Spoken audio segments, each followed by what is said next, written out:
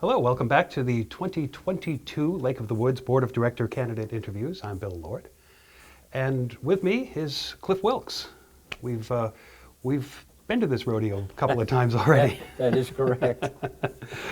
But for those who don't know you well, maybe some folks who have moved in recently, of course they've seen the bios and the currents and certain things. But tell us a little more about your background. Sure. My wife and I have lived in the lake since 2003. It's just myself and her, but we do have our grown daughter living with us also, Catherine. We came here by accident, not to stray too much. I mean, I was still working, and I transferred here from Harrisburg, Pennsylvania. We had to find a house in 2001, 2002, and frankly, there wasn't a lot in Fredericksburg to deal with. So they took us out here, and we had passed the entrance to this place because we lived in generally this Northern Virginia area for years.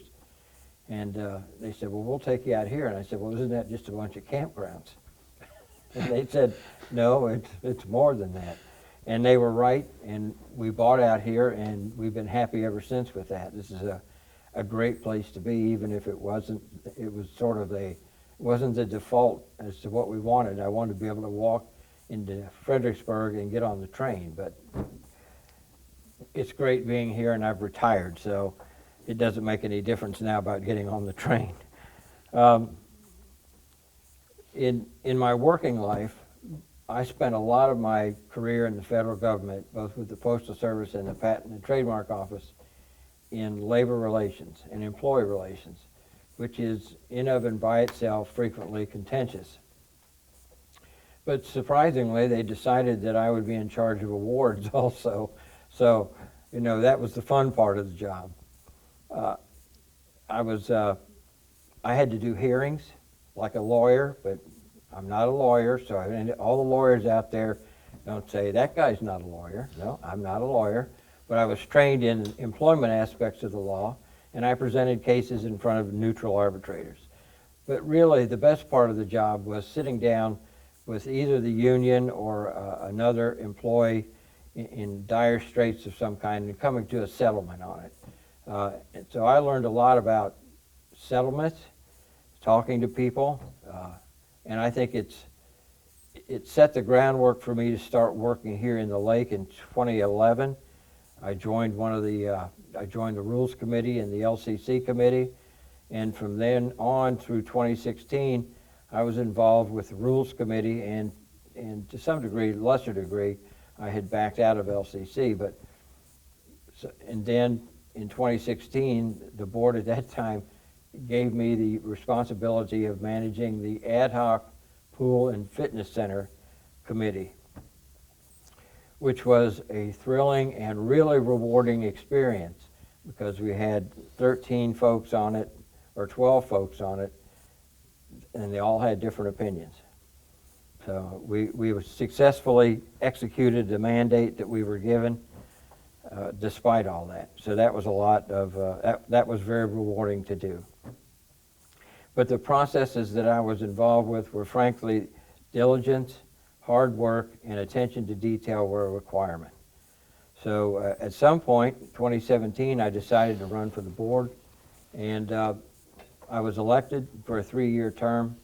2020 was the end of that term, so in September it ended, but in October, a board member left, so they need to replace him, and I was tagged for that out of several members that applied. So that's Cliff. I mean, I like to walk, I like to hike. I say I like to play at golf, but I really haven't been able to play at golf for the last couple of years. So I hope that people find that useful. All right. What do you see as the primary duties as a member of the board? Well, as you might imagine, I'm going to quote you a part of the bylaws. The duties of a board member, director, are in Article 8, Section 2 of the bylaws. And I've picked out some of the ones I thought you could look at and say they're really some of the more important ones. The first and most important one is that you act and make decisions by voting that are in the best interest of the entire community. That's sort of the lead-in to the rest of them. And you're not elected by a group or by an income level. That's not how you're elected, by members to represent all of the members. So that's the first primary duty. Directors, this may answer another question, but I'll just say it anyway. Directors, they vote to establish and enforce policies and procedures that the general manager uses to run this community on a day-to-day basis. One of the things that we do is these policies and procedures are designed to further promote the welfare, community welfare, and property owners in the lake. So it's not just about people that live on the lake and people that don't. It's everybody here. The board determines the fiscal needs of the association. We review and vote on the annual budget. We levy appropriate charges on lot owners and tenants for using of the various facilities, and we supervise the collection, investment, and disbursement of funds collected from the members. And we provide an annual report to all lot owners. Most importantly, too, is we plan for future replacement, expansion, acquisition, and use and disposal of land, facilities, and equipment owned by the association. We don't much get into expansion in terms of geography, but there is some that we can do now and then. We fix the annual assessment against each lot 30 days in advance of the annual assessment period. We send a written notice to each assessment to every lot owner at least 30 days in advance of the annual assessment period. We also ensure that the common areas and amenities are maintained, and we provide for the maintenance of adequate communication with members of the association. More about that later. Okay. A couple of last things. We consult with committees which report to the board and evaluate and use their advice to the maximum extent possible. A properly functioning committee in the lake is a gold mine to the board and the members. And we use their advice whenever we can. And then I think those are the essential duties. There's more, but I'll stop at that. Okay, very good. And you started to touch on this a little bit, but maybe if you could expand your thoughts and sort of define the difference between the role of the board and the role of the general manager. Okay, very good. The general manager runs the day-to-day operations in Lake of the Woods. The board essentially meets twice a month. We vote and establish policies and procedures that the general manager uses to run the organization. Directors don't work every day or every week even. Mm-hmm. So directors aren't set up to essentially run the association on a day-to-day basis. That's what we have the general manager for. And in keeping with that, directors should not get in between the general manager, the staff, and even members initially. I guess, excuse me. That's fine. It's fine. We just dropped a little microphone here. Just a minor That's all right. little glitch, but there we go. I was going to blame it on my middle, but I won't get into that. Many times, members will always talk to directors about one thing or another, a problem that they're having, an issue that they're having, and that's fine. As a director, that's what you do. But you should not put yourself either on their side or against their side. Just listen, and if necessary, you bring it to the board, and the board, as a body, can decide to do something about it, but we're generally going to have the general manager weigh in on all of that. And if possible, we're going to refer this person to the general manager to determine if this is a policy and procedure issue. Is it an issue where we need to do something new in establishing new policies and procedures? But that's the role of it. I hope that answers the question. Absolutely, absolutely. In fact, you touched on this a little bit also. Excuse me. Each year, Lowe produces the replacement reserve report, and it provides Lowe with an inventory of community facilities and infrastructure components which require periodic replacement. It also includes a general view of the condition of those items and the cost of funding projected replacements. So how would you use this reserve study in your work as a board member? The reserve study is a component of what will be the annual assessment. We generally, you said what it does, it identifies projects by year over a 40-year span and provides estimated costs for those projects. One of the results of the study is a proposed contribution to reserve, and that is a part of the assessment. CTR, contribution to reserve. That reserve fund is for projects that may be occurring the next year or in outlying years beyond that. We usually vote to accept the reserve study somewhere around the early part of November so that it can be incorporated into the budget process, which has started by that time. It's an integral part of the budget. In many cases, it might even be the largest part of the assessment. I think last year was like $435 of the assessment was contribution to reserve. But it's something that I'm not going to use until I see the whole Miller-Dodson report, look at it, we'll vote on it.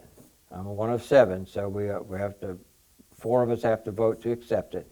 But generally speaking, early on, we're simply voting to accept it for planning purposes. And then we dig into the projects that it's forecasting to be replaced. And sometimes we move some of those projects out. If the amenity or part has failed, sometimes we move them forward from an outlying year, because if something breaks, you have to fix it. So that's how it's used in the budget process.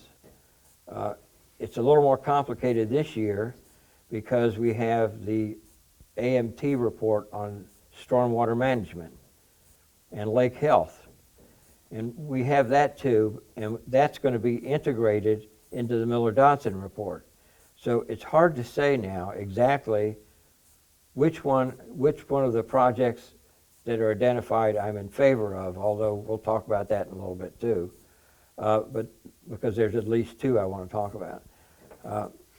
But until that report is integrated in the Miller-Dodson report, and we see a capital planning as to which projects are going to come up, that's how it's going to be used. Well, let's dig into that a little bit. What future capital products do you consider to be crucial or critical to the community? Well, we've already started one that I think is crucial, and that is the Patrick Henry Court to the Small Marina Drainage Project. We've been working on that now for a couple of years, and we're at the point where we have all the easements signed, and we're looking for A. Morton Thomas to give us a final plan that we can actually put out for bid. I don't anticipate that being put out for bid probably until the new board year. So we'll see. But right now they're working on giving us a plan and something we can look at and possibly put out for bid. And we already have some money set aside, at least for the planning part of it. It's about $1.5 million to do the project. For those who don't know what this drainage situation is, could you just briefly explain why this is so important? In some recent storm, I'm not laughing at this, but No, I know. it's sort of like in some recent storms that we've had, not really recent, but over the last several years, it literally shut down Lakeview Parkway by the small marina because of water drainage, starting up at Patrick Henry Court, filtering all the way down and crossing the road. Right. This project will alleviate that. We've purchased 2 lots on Yorktown Boulevard. Those lots will serve as, I think they're called detention ponds or retention ponds, to sort of slow the flow of water. We've gotten easements on some of the properties on Patrick Henry Court so that we could put drainage lines through there to help improve drainage. Mm-hmm. So that's what that project is. It's a big drainage fix in that side of the Lake of the Woods. That's one of them. I think the next project in my mind is crucial is redesign of the 10th hole. And to appreciate that, you have to see some films that some members that live on Birdie Lane or Birdie Road, which is where all of the water from the 10th hole empties. Mm. To know that that is a real issue. And also we've had problems on the 10th hole with drainage, and what we've done there to fix it so far hasn't worked. So we're right now waiting for a final draft of a plan from our golf course architect on a change to the hole. We had a town hall on that in which the initial plan was to move the green forward on the 10th hole. But I think that's been changed now, and they've changed where there's going to be like a pond or an area where it drains. They've changed where that's going to be, but we haven't seen that plan quite yet. But that causes a lot of water going down through yards and over on Birdie Road. So I think that's one that we need to look at too. And again, sooner rather than later. At any rate, those are the 2 that I can think of. Okay. That I think we're in the midst of dealing with now, and I think we ought to continue that, dealing with it and move on. The rest of it, the rest of the AMT study and other projects, I've reserved judgment on that. We're waiting to get input from at least 3 or 4 of our committees on what they think the essential projects are that ought to be done, and we'll incorporate whatever they give us as advice. We'll look at that and determine whether we agree with it or not. A lot like the Lakes Committee and M&E, they gave us some fairly detailed suggestions, and they're valuable and they're good, mm-hmm. but they've got to be integrated into the entire overall plan. Does that answer your question? No, excellent answer, excellent. Something that I'm sure you're well aware of after having been on the board for a number of years, is that just about everything you say or do is going to be scrutinized by somebody or everybody. And oftentimes there is criticism attached to that. How have you handled the criticism over the years? Well, I think I've handled it pretty well, but I don't go on social media. I have a social media account that I invite people that I know or people that I know have asked me to be friends, and I do that. I don't put any business of the lake on my private Facebook page. Right.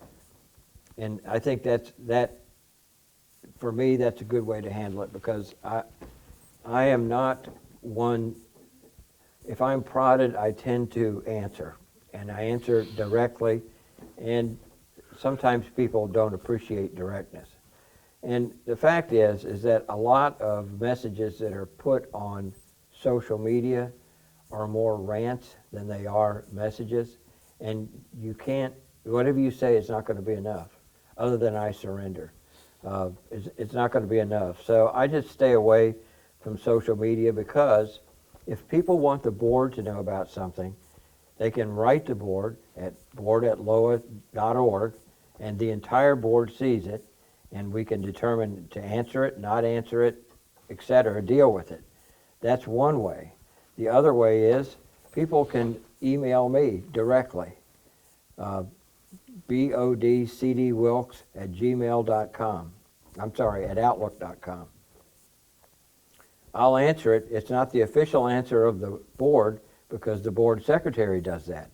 But if they say, Cliff, what was your logic on this? I might answer that kind of question, but people don't generally do that. They get on these, and I won't name them, they get on these different social media accounts, and basically it's a round robin on there, and it goes nowhere because they're really just complaining about stuff.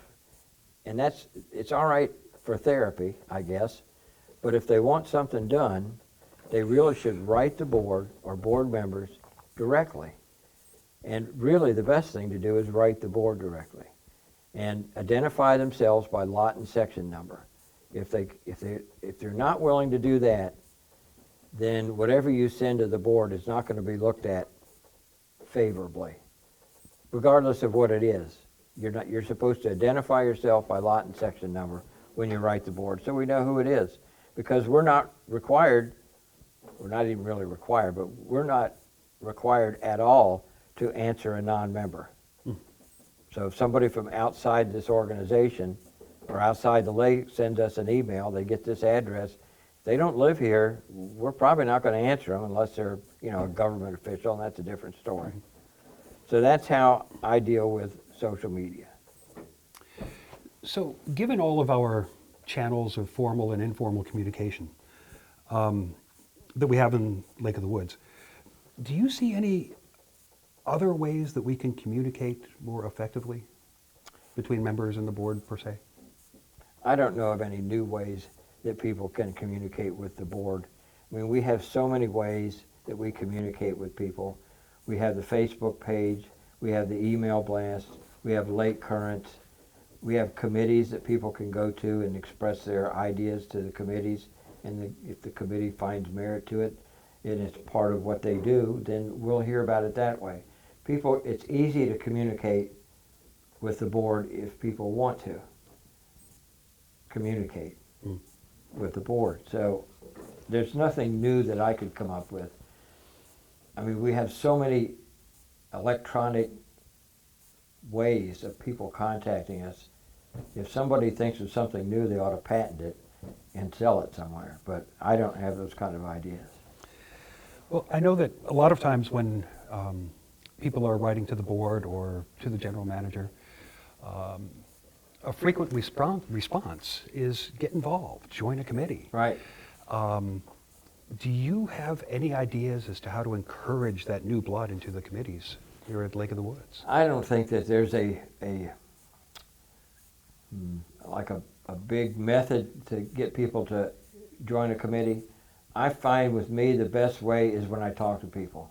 When I go to the newcomer socials, or I just happen to be around and I'm talking to people about this, that, or the other, you find out what people are interested in, and then I'll say, well, if you really want to, civil engineer, for instance, if you really want to do civil engineering or employ that skill you have, they could sure use you on the Environmental Control Committee. They could use you on the M&E Committee. It just depends. I think we get more members by individual contact, I think, than otherwise.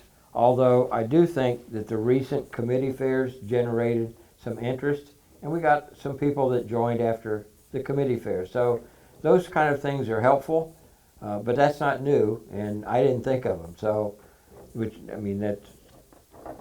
were good though. Okay, good deal. So to wrap up our little chat here today, maybe you could just explain to everyone, why should we vote for you? Okay. Some